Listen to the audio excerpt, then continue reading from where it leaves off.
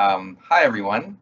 My name is Fabio Fernandez. I'm the relatively new director of Greenwich House Pottery, and many of you know a lot about the pottery, but for those of you that don't, I'll just say that we're part of the settlement house movement, and Greenwich House was founded in 1902 and developed to provide a lot of health and social services and arts programming for recent immigrants and then really anyone in the community. So Greenwich House also has a variety of senior citizen centers, a methadone treatment clinic, a music school, and others. And we are the Pottery. Hopefully many of you have visited us. We have this beautiful 3-story brick building that has a lot of charm and no elevator. And we're in Greenwich Village. It's an amazing place with a long history in American ceramics. And so today I just want to tell you a little bit about our 3 program areas. You know, we have classes and workshops where we have about 250 students per term, and students are anywhere from 9 years old to 99 years old. Although I heard today that Lily is now 101 years old, so we'll have to adjust that. So classes make up the bulk of our programming, but we also have a residency program where we invite artists to submit a proposal and they get to work here with a dedicated space and get access to our studio and tools and materials and knowledge. And these artists can be people who are very familiar in working with clay or artists who want some help in realizing their projects in clay. Also very competitive program, and we host about 5 to 6 residents per year. And then our third main program area is our exhibition gallery, which is very ably curated by Caitlin McClure. And exhibitions, we look at many proposals each year for 6 slots. And today we have Eliza talking to us about her work. It was very nice to meet her and her husband, who spent a couple of days here installing. And we very much appreciate how much you've promoted the talk and Greenwich House. And we look forward to hearing more about your work and your experience here. But I'll turn it over to my colleague, Caitlin McClure, our curator, who will introduce Lisa. Thank you.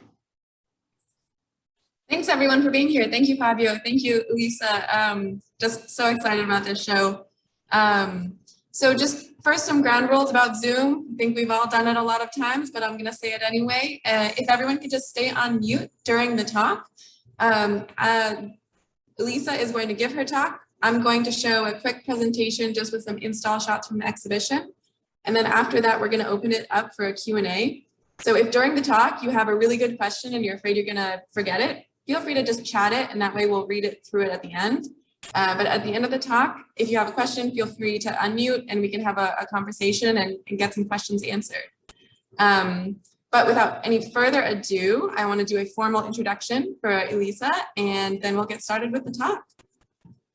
Eliza Au is an artist working in clay using digital fabrication techniques. She earned her MFA from the New York State College of Ceramics at Alfred University and her BFA from the Nova Scotia College of Art and Design. She has shown her work nationally and internationally, including at the Appalachian Center for Craft, the Taiwan Ceramic Biennial, and the Korean International Ceramic Biennial. She has previously attended residencies at the European Ceramic Works Center, the Archie Ray Foundation for the Ceramic Arts, and here at Greenwich House Pottery. She received an award for excellence during the Chrysalis competition held by James Renwick Alliance. And she is originally from Vancouver, Canada, but is currently based out of Texas, where she's an assistant professor of ceramics at the University of North Texas. So without any further ado, Lisa, please take it away. Great, thank you for that great introduction.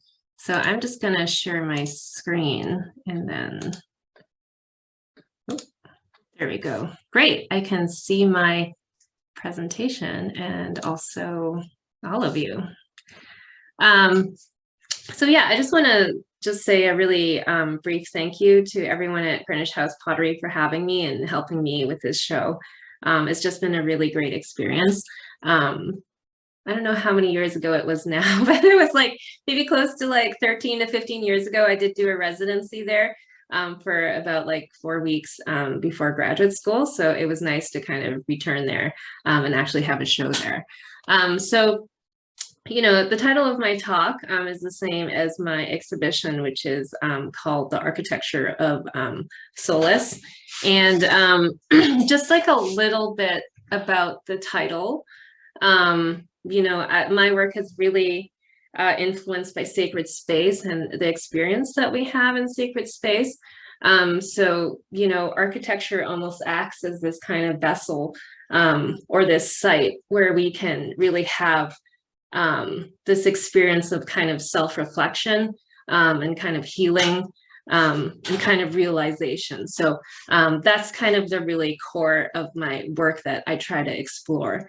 So it's also about, you know, thinking about how material forms and also patterns and visual types of art are kind of manifestations of how we would like to experience things or, you know, be in this space. Hopefully I can go next.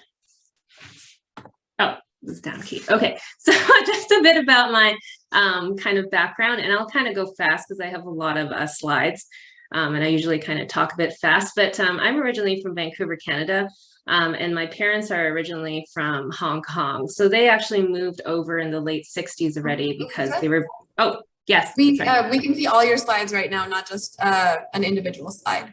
Oh, okay. I don't know what. Oh, you know what? Oops. I know why.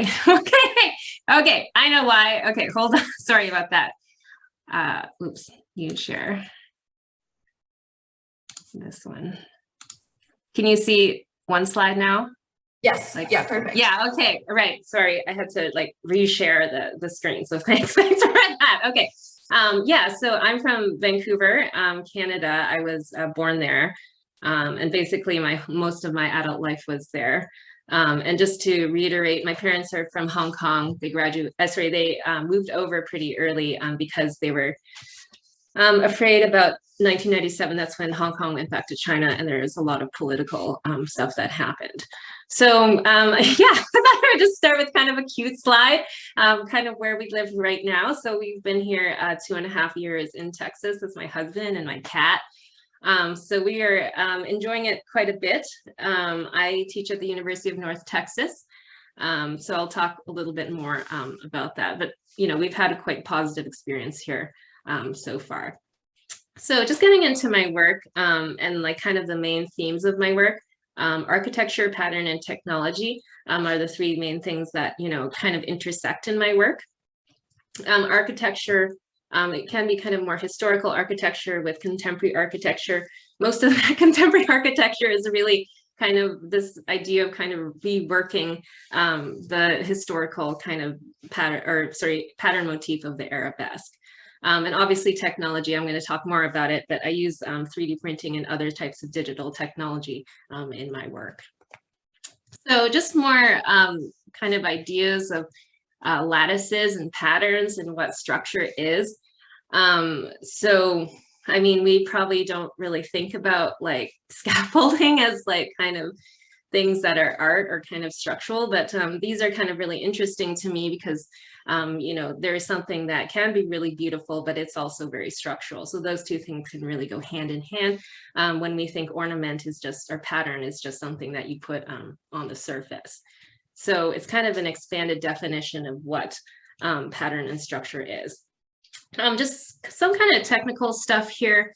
I do, you know, think about the grid that kind of underlies my work. I do make all my patterns, and they aren't directly copied from anything, but it's really a basic way of making a pattern, having just a simple line sometimes and repeating it, and then just like, you know, mirroring it and repeating it, usually in kind of a grid-like form. So the Bravai lattice here, there's 5 different ways of kind of arranging pattern on a form. This is also 3-dimensional as well in crystallography. So it can be both 2D and it also can be 3D as well. So something from way back when I was still a student at Emily Carr. So I went to art school basically right out of high school. And, you know, I wanted to go into animation. I didn't get into that field. So I was just kind of wandering around doing different things. And so, yeah, this was one of the first kind of things I made. And I think it's interesting because looking back at it, it's like, I didn't really have any type of conceptual leaning towards anything. And like, you know, I decided to make this screen with this pattern with a face behind it.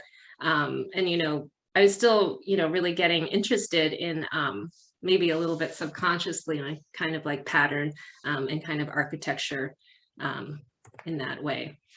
So kind of more influences, obviously Islamic art and architecture is a huge influence.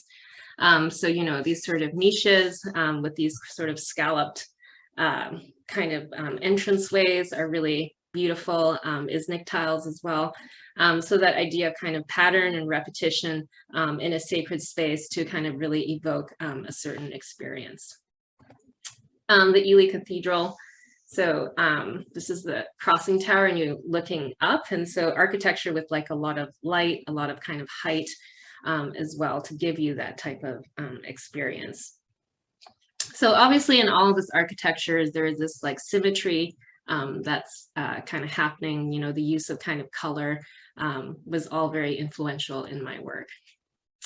Carl Jung, so, you know, his patience, like kind of drawing these sort of mandala forms and how that was really associated with this idea of kind of the unconscious and then the universal as well.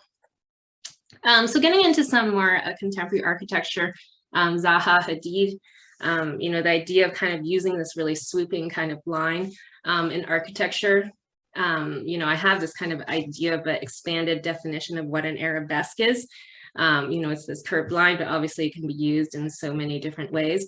But in this case, you know, the curved line is used to talk about something that's really futuristic. And in a way also, you know, this idea of kind of whiteness is also sacred as well. This is Evan Douglas, so a contemporary architect, obviously using this type of curvatured kind of ornamental form, but again, like he's probably doing this in CAD, and then, you know, tessellating this pattern to make this ceiling for this restaurant as well. Really interesting in contemporary architecture is the idea of this lattice form, as you can see below. So some of architecture is not really meant to be built. They are like more like kind of ideas of the future and, you know, basically how we should live. But I think it was just really interesting to see them make this sort of futuristic, almost like sci-fi thing, this lattice form that basically it might not be able to hold itself up. So some more contemporary influences, Michael Eden and also Chris White, who both use technology in their work, and also this retranslation of kind of history as well. So this piece actually was really super influential in my work.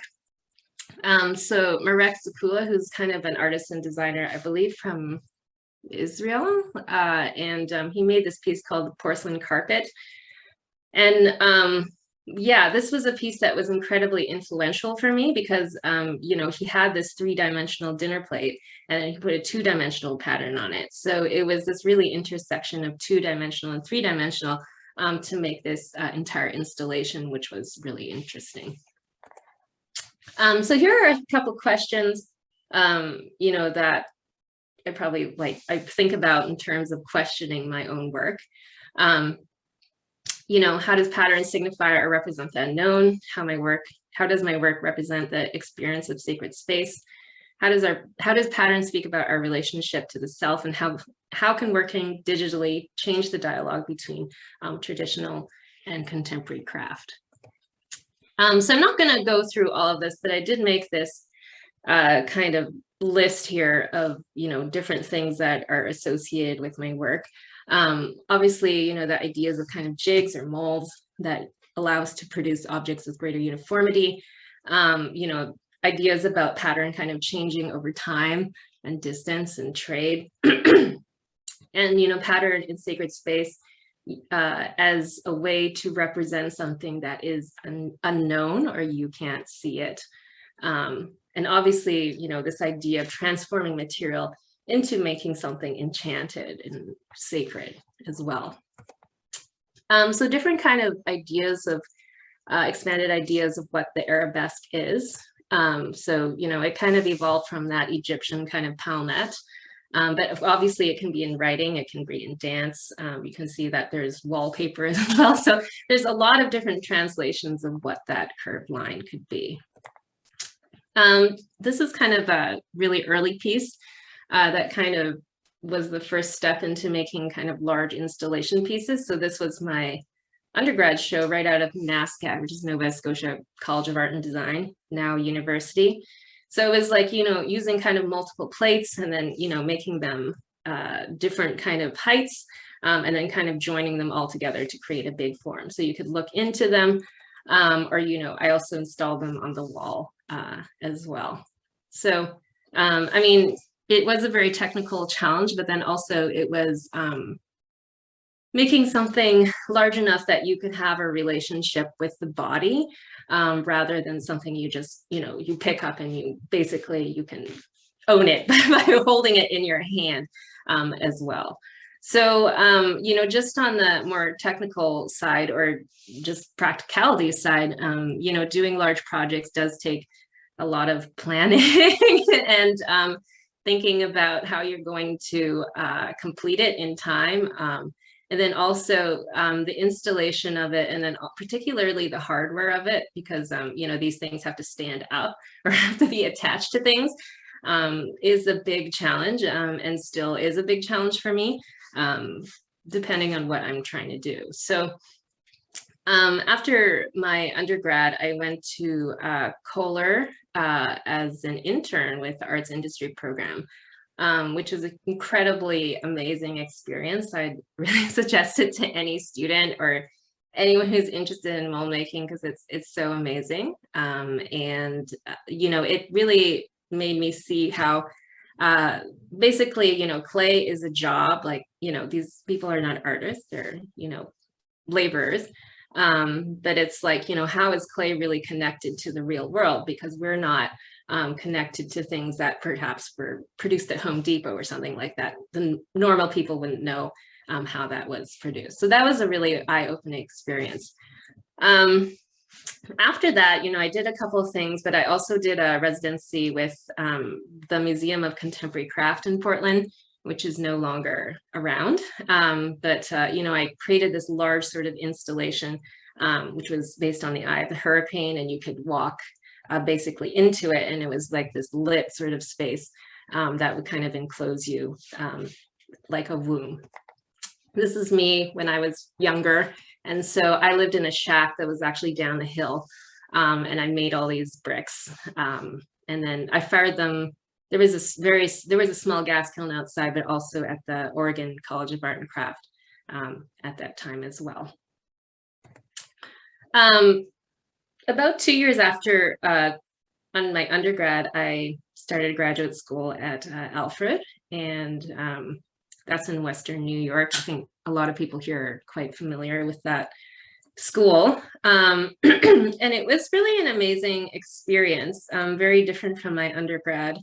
But it's a very technical kind of education, and you get really great feedback. And it is very interdisciplinary as well, probably even now that it's more interdisciplinary. I mean, when I started working with metal and also glass there, and I was specifically trying to do mold making in those materials. I mean, I think maybe one of the faculty was not so okay with it, but they're probably all okay with it now. It's like they're doing a lot more experimental things there now. But anyways, so I did have one semester where I basically didn't do any ceramics and I did glass and metal. So, it's really great to see those different types of processes and then come back to ceramics basically for my graduate show. So, doing metal casting, I was exposed to wax models. So, you can use a plaster mold, basically soak it and then pour wax into it and get multiples. So at that time, I wasn't really into 3D printing, or I didn't know really enough CAD to, make a very complex form. So I used wax. There'll be an image later on, which it basically can repeat your form over. Like you cast multiples of that wax form and you stick it together. So here they're pouring some sand molds here. They also have ceramic shell casting as well. So here's a picture from one of the works from my graduate show here. So it was combining basically paper and ceramics together to create an installation. So this was the final result. So there was like kind of a large kind of like carpet-like form with these metal circles with kind of ceramics and paper onto it. So also at that time, you know, grad school really pushed me to think about making models or out of different materials, particularly paper. So I was making paper models, but then they eventually became part of the actual piece as well. So I've actually had a chance to do 2 glass residencies, one with Corning, that was 1 year after I graduated. So this is a lost wax casting. So you can see that, you know, I'm translating these almost kind of like metal forms, metal gate forms into glass. So you know, glass is such an amazing medium, like it's so dense and it's so hard, but it's so fragile. But then there's this idea of kind of transparency and kind of looking through it, which is really amazing. Like you can do things with shadows with glass that you really can't with, you cannot with clay. So this was called the Fragility of the Leaf, and it was based on a prayer carpet. So you know, obviously, you know, if you were to step on this, this whole thing would completely shatter. So that idea of this sort of really fragility, material-wise, really linked to something that was kind of more mental or emotional as well. So this is back in the olden days. This is the top, like, left here, how I would make things. So I would, you know, just really draw like a simple line drawing in Rhino, and like I don't draw well by hand, so I could like go in there and like do these drawings and repeat them, and you know, they were not 3-dimensional at all. And I would print them out and I'd carve a piece of plaster, and then you can see that it's replicated in wax to make this form. Just below is this kind of way I was making silica plaster molds, maybe not so correctly, but you know, that's how I was making these molds to cast that piece before. So more kind of glass residencies. This one is at Pilchuck. So I did draw like, you know, I think it's 1/8 of this form. And then I had it milled actually through a company and then repeated it in wax, basically stuck it together and then did the lost wax casting you can see here. So this is the CAD drawing for that. So you can see, you can look down on it on the side of it or kind of at the perspective view. So it was like creating kind of architecture, but like in a really small form that you can kind of look at it and, you know, physically hold it and experience it that way. This is the piece here with kind of light sort of shooting through it, and, you know, you can see the shadow around it. So more kind of CAD drawings here. So this was kind of a CAD drawing for a piece, the stacking piece that I did. You know, at this point, CAD was really only to be like a sketchbook. Like this didn't go to like the 3D printer or any other type of machine. It was just for me to basically look at. And it was really, you know, CAD is something that can just produce something so accurately, so fast, you know, that is really impossible to do by hand. So that's why it's such a good tool for me to use, though it's not a tool for necessarily everybody. So here's the piece here. So it's actually 9 sort of totem poles with 3 kind of units that are stacked together. And where they're connected is actually like a pin, and there's wax around the pin. So you kind of like put it in and it stands by itself, that tower to stay together. So just the proximity of them together make it look like one piece, but obviously it's made out of 27 pieces here. So just going through some of the residencies that I've been to, that has been a really major part of my career. So, you know, after graduate school, it was basically between like residencies other jobs that were non-art jobs.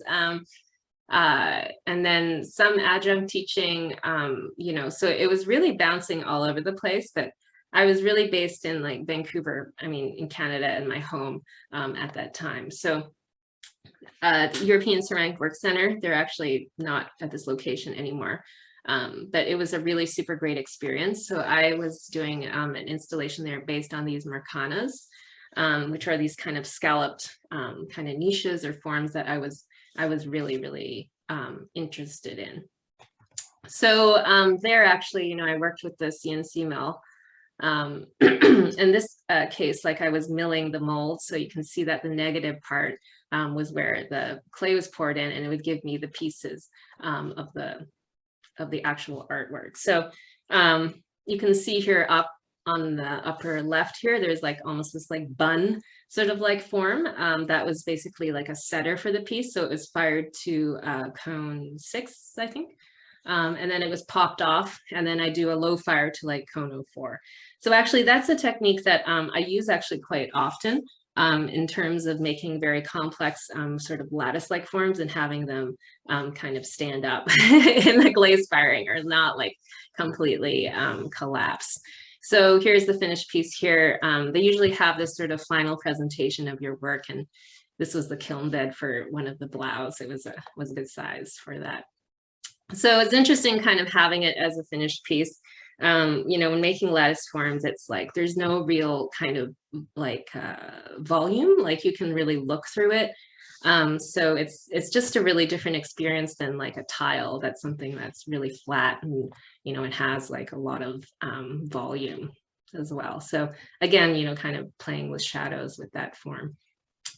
So I have this slide actually because I was making a comparison to like a jelly screen, which is, you know, obviously historical, and something that is like a wireframe structure, which is in CAD. So, you know, I see these actually both as ornamental structures. Like people probably see CAD drawings, like they see this wireframe and they're like, oh, that's like interesting, you know, but those things are really interesting, or that actual like structure is really interesting to me. It's like an ornamental form, like I was talking about the scaffolding for buildings and things like that. So they can be really beautiful on their own, you know, but in CAD, obviously you see them as like modeled sort of forms. So yeah, so, you know, this is a little bit more recently with my career. My career has taken a lot of kind of ups and downs, and doing a lot of different things, and being in and out of my home in Canada. But more recently, before I came to Texas, I was in China for 2 years with the Central Academy of Fine Arts. And they have a program that is associated with Alfred University. Wayne Higby actually established that, and it's still ongoing. And they usually have someone from the West actually come in and teach there.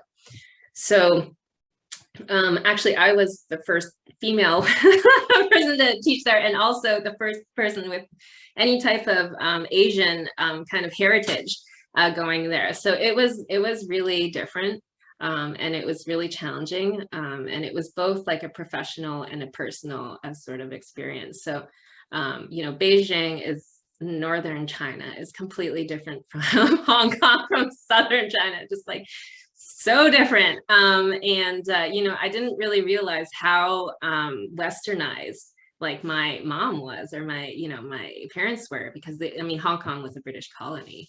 So yeah, so going there was, you know, and I had learned Mandarin actually when I was quite young. So I did know some of the language, but not really that well. But just, you know, coming in contact with a very, very different type of educational system, a very different way of thinking.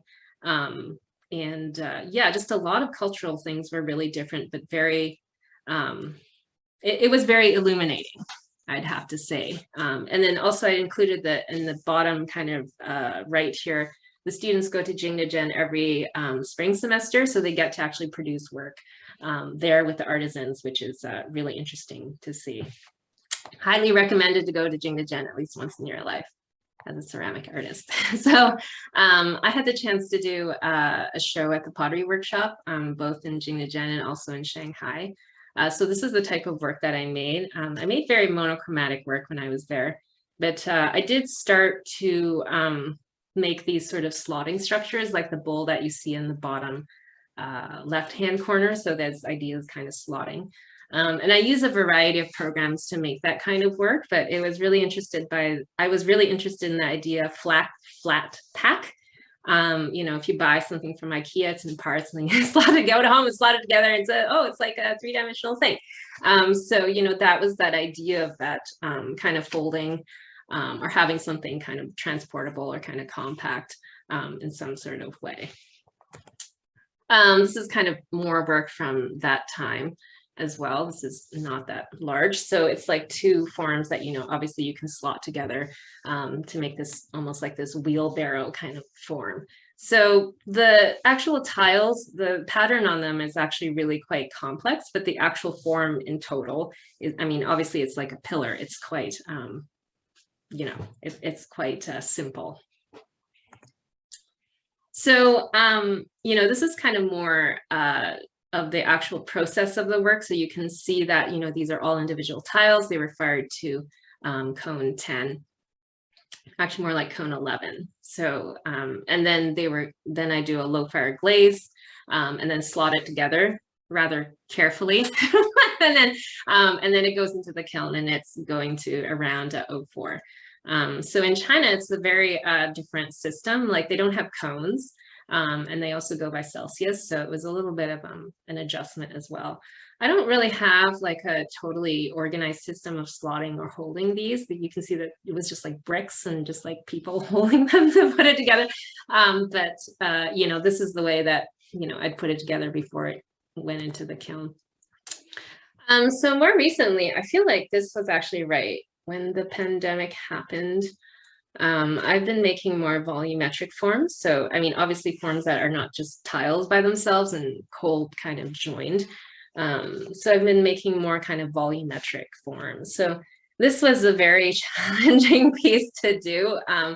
So there was a lot of things that were changing technically to get to this point. So, you know, using the air compression mold that I'll show, I have a 5-minute video, hopefully I can show at the end of this talk.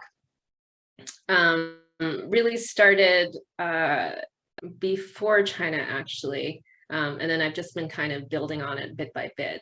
But by the summer that the pandemic happened, I was really like doing a lot more research on it, exploring it to make a form like this. And so, you know, at that point, actually, I was able to get much more kind of finer lines. Like some of these lines are actually quite small and fine. And so I was making a lot of these tiles and basically building them together in almost like block-like forms that could be basically slotted together. So just a bit about the building process you can see here. It's hand built together from different tiles. And these tiles are, they're two-sided. They're not like one-sided. I hope that makes sense, but it's like a pipe. It's not like a D form. And I'm a little bit particular about that because like I like the roundness of it. It's like it's an extrusion rather than just like a flat-sided form. It's just like more of a thing. So you can see that there's like really an internal structure here. And then like basically it's capped off there. So thinking about these internal supports, you know, itself actually has like a lot of aesthetic kind of possibilities as well. So more kind of work here, you know, things that are kind of hollow, and then basically you can kind of look through them. That was one, obviously that's an interesting part of the show that's in the gallery now. So that idea of kind of really kind of looking through or kind of like walking through or passing through it, I think is really interesting because it's this idea of kind of walking or maybe in circles or something like that as this type of meditative process. So the big piece here is still not successful, but I'm kind of working on it, though I've made smaller versions of it. And you can see actually on the upper left here that, there's a jig. So, I cut these pieces of wood, and actually there's braces that are 3D printed. So 3D printing is actually becoming part of my practice in terms of like, supports, obviously, your jigs or some kind of way, hardware, which I'm going to talk about super briefly. But it's having a lot of different purposes in my work right now. So just more kind of work here. I'm going to go a little bit faster through this. But the idea of kind of having multiples and like looking through them as well. So you can see kind of the build of that. So it's, different sort of tiles that are now actually bent. So there's a little bit of a curvature or kind of angle in the piece when it's being built together. This is more of a recent work that was part of a show in Fort Worth that I had organized with some people mostly people from the university. It's a hanging piece that uses this kind of 3D printed hardware to hang. But anyways, so it's like creating this, it is going to actually be like almost like a staple. So this is actually going to be 3 times as large that you could kind of walk in and have this very bodily kind of experience. And it's almost like this sort of ceramic tapestry. So lately with the 3D printing hardware, I did do plastic printing with it, but then also there's resin printing that we really have been getting into. It's been a little bit problematic because it's still a little bit fragile to use, but basically it's a screw and then a cable goes through it and you can tighten it. So something like this is really good for really light things if you had paper or non-breakables. Recently, I've been actually buying hardware that it's used for picture hanging. It's metal. It just seems like a lot more stable as well. But anyways, there's a lot of exploration that could be done in this way. So I'm just going to kind of make a plug for the school. So I teach at the University of North Texas. And they right when I arrived, they had completed a big extension. And then you can see actually kind of above the UNT logo there, they're building a new building right now. It's going to be finished in March. So half of it is going to be ceramics and half of it is going to be the graduate students. So we're in an old building now that's a little bit run down, and they've got to knock it down because it's not really that great. So I also put a picture on the right of my colleague, Brooks Oliver, and he deserves a lot of credit for a lot of things, including doing so much work on our building and helping organize that. So this is these green tiles actually were a project that he did with some of our students actually, that he glazed it green in the UNT green. So we have a digital fab lab, really great one, and a textile fab lab. And we're always looking for good graduate students as well. So, this is probably one of the best schools that I've been to in terms of digital fabrication. They're really pushing it across all of the mediums as well.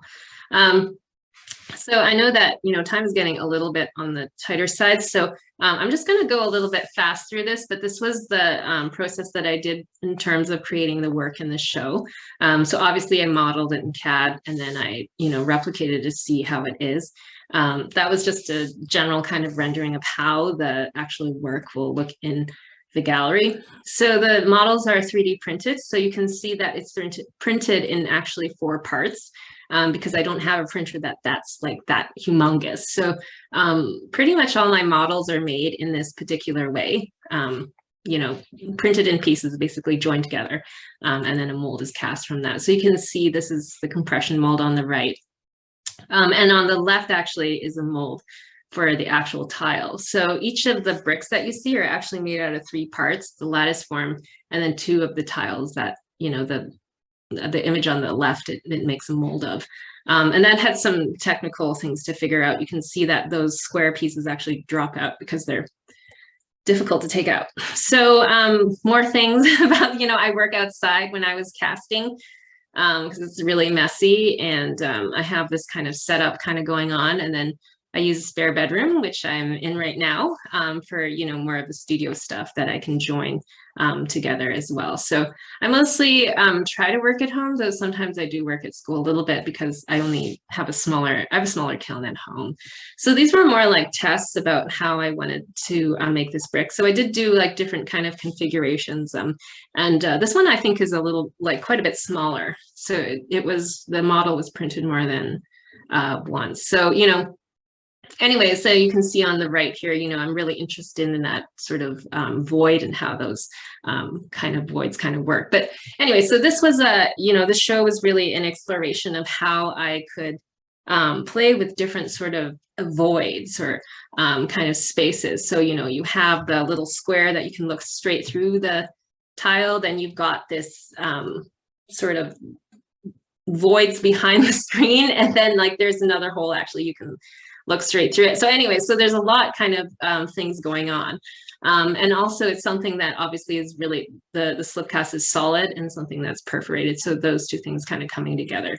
So just technically, this is slipcast on the right. You can see it's the slipcast form with kind of the lattice form, and it's glazed onto it.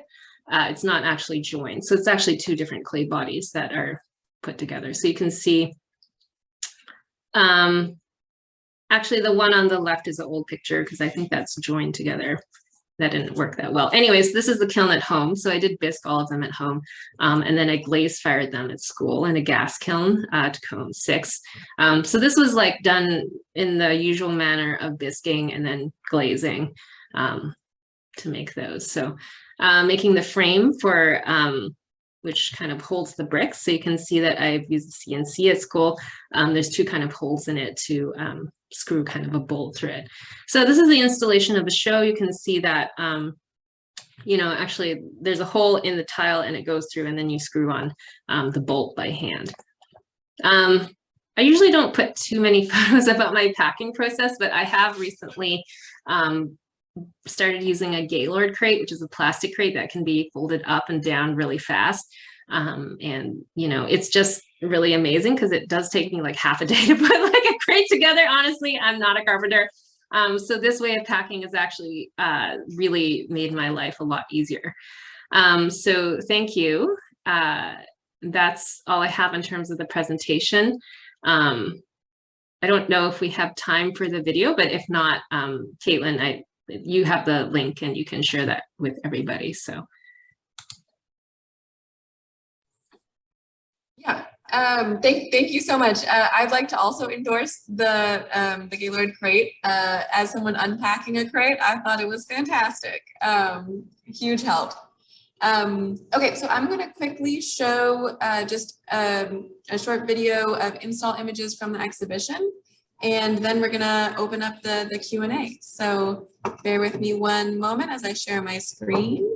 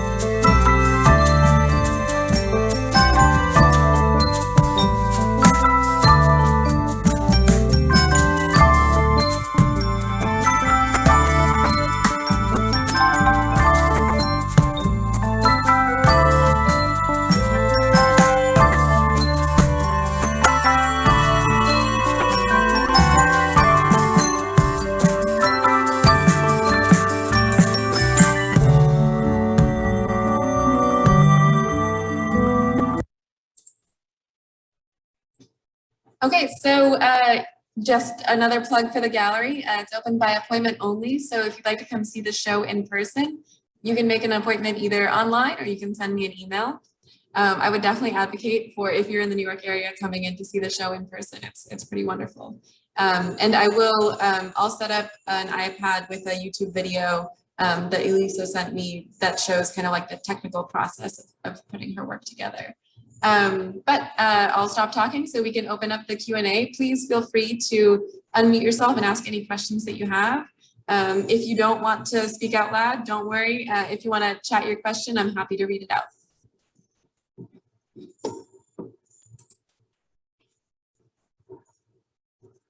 Let's go ahead and start.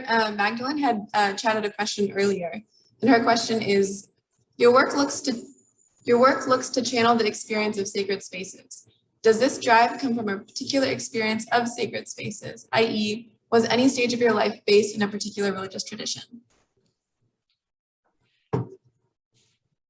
Oh, hi, Magdalene. Nice to see you again.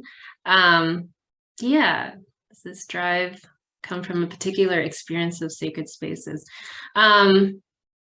My parents are, well, they still are Christian. And, you know, I grew up that way. We didn't have the type of architecture in Canada that, you know, that I'm very inspired by. So I don't know if that had a really direct relation with it. I mean, I've seen some really great architecture in my life. Unfortunately, I haven't been able to, you know, travel to the Middle East to where the actual place is. But yeah, I don't know. It's kind of a hard question. I think I've had kind of spiritual experiences, but not really in particular sort of sites. And then, you know, that kind of, I like the action of kind of looking, or even actually probably more like making and kind of designing these sort of patterns is kind of an experience on its own as well. But yeah, I don't know. You know, I think like, you know, sometimes I'm in certain sort of mental places and sort of states, and you know, when I'm working, I think that helps me kind of center myself.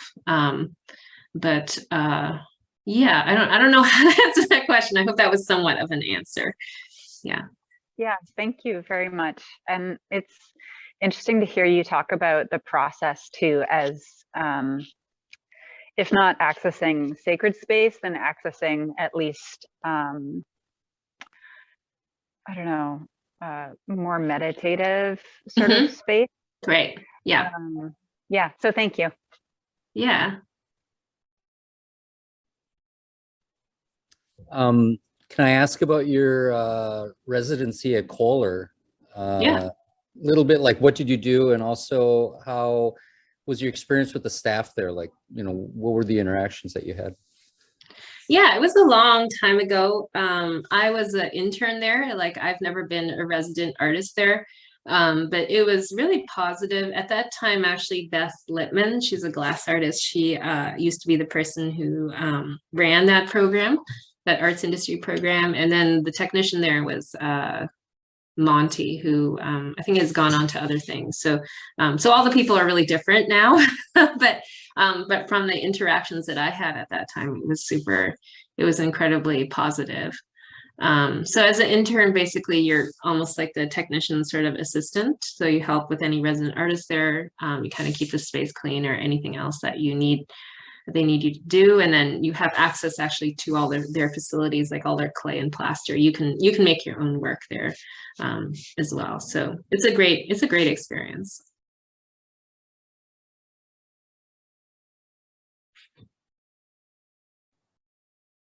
Any advice for managing a life and relationships and jobs and residencies, and, you know, any life advice for all of us? Because it seems like you've done so much. I don't know if I'm a good person to ask about that.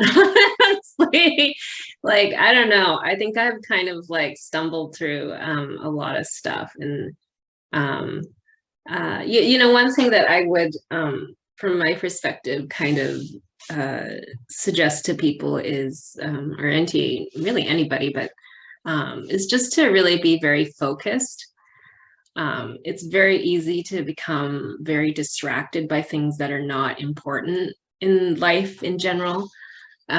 So, I mean, you really shouldn't be worrying about who likes your work or this person doesn't like your work or something like that. Or like, oh my God, like, you know, this and that, and this and that. It's like, no, it's like, you know, just like get to work, like, you know, now, like, you know, kind of thing. That's good advice because it's like, you know, doing creates results. I think even though like, you know, you're going to go through a lot of failure. So, and that's, you know, that's also something that I'm trying to keep on doing is just to keep focused and, you know, your eye on the goal of whatever you're doing. So, yeah, otherwise it was just kind of like working and just keep on trying. And you know, it's just it's like a combination of work and luck and being in the right place at the right time. So, yeah. Eliza, as someone who also works with very fragile, in a fragile manner, can you talk about fragility in your work? And it seems like you've taken on so much more risk in the last couple of years with your work. I mean, it's like breathtaking, the amount of risk, and when it works, the reward is unbelievable. But can you talk a little bit about that fragility and failure and kind of learning in the studio and learning to let go of the failures too?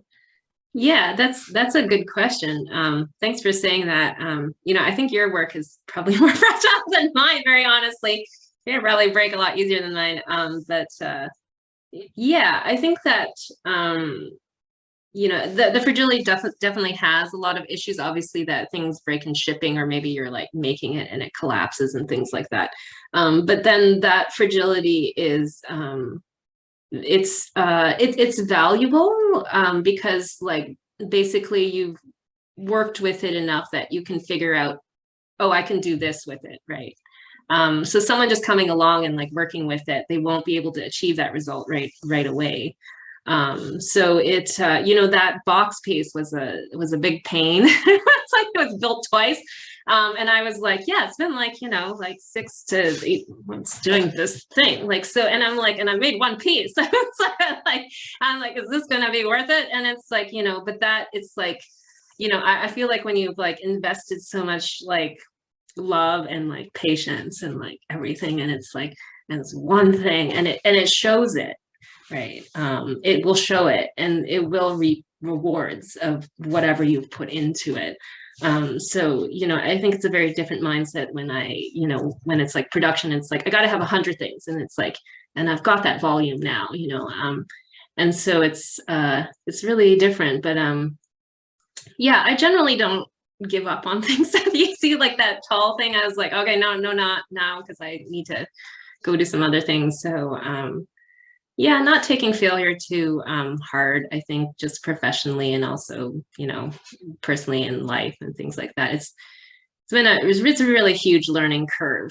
But yeah, I guess you forget, and then you make another thing, or you go take a walk, and then you come back, and then it's like, yeah, you know, one thing I think I really do still struggle with is that idea of perfection. I think like, you know, those tiles are not straight enough. You know, they're not flat enough, and they're not glazed well enough, you know, so there is that, you know, maybe somebody just walking into the gallery or whatever, you know, that piece is like, oh, you know, that looks great, you know, because there's a lot of them. But, you know, you really are, at least I do, like really take to heart like what all those like flaws are. And yeah, it's definitely it's a balance. So yeah.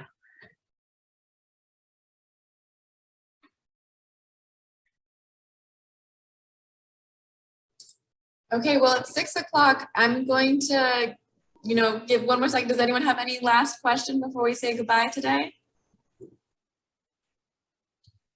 No? Okay, great. Then just, you know, a big thank you to everyone for coming, but especially to Eliza for an amazing show.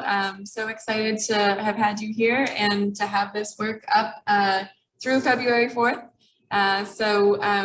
Thanks again, everyone, and have a lovely evening. Yeah. Yeah. And I just want to say thank you again to Greenwich House Pottery. And yeah, thanks to everybody for coming to my talk. I know I see a lot of familiar faces in the crowd. I'm sorry I can't say hi to everybody individually, but thanks for coming. And it was really nice to see all of you. So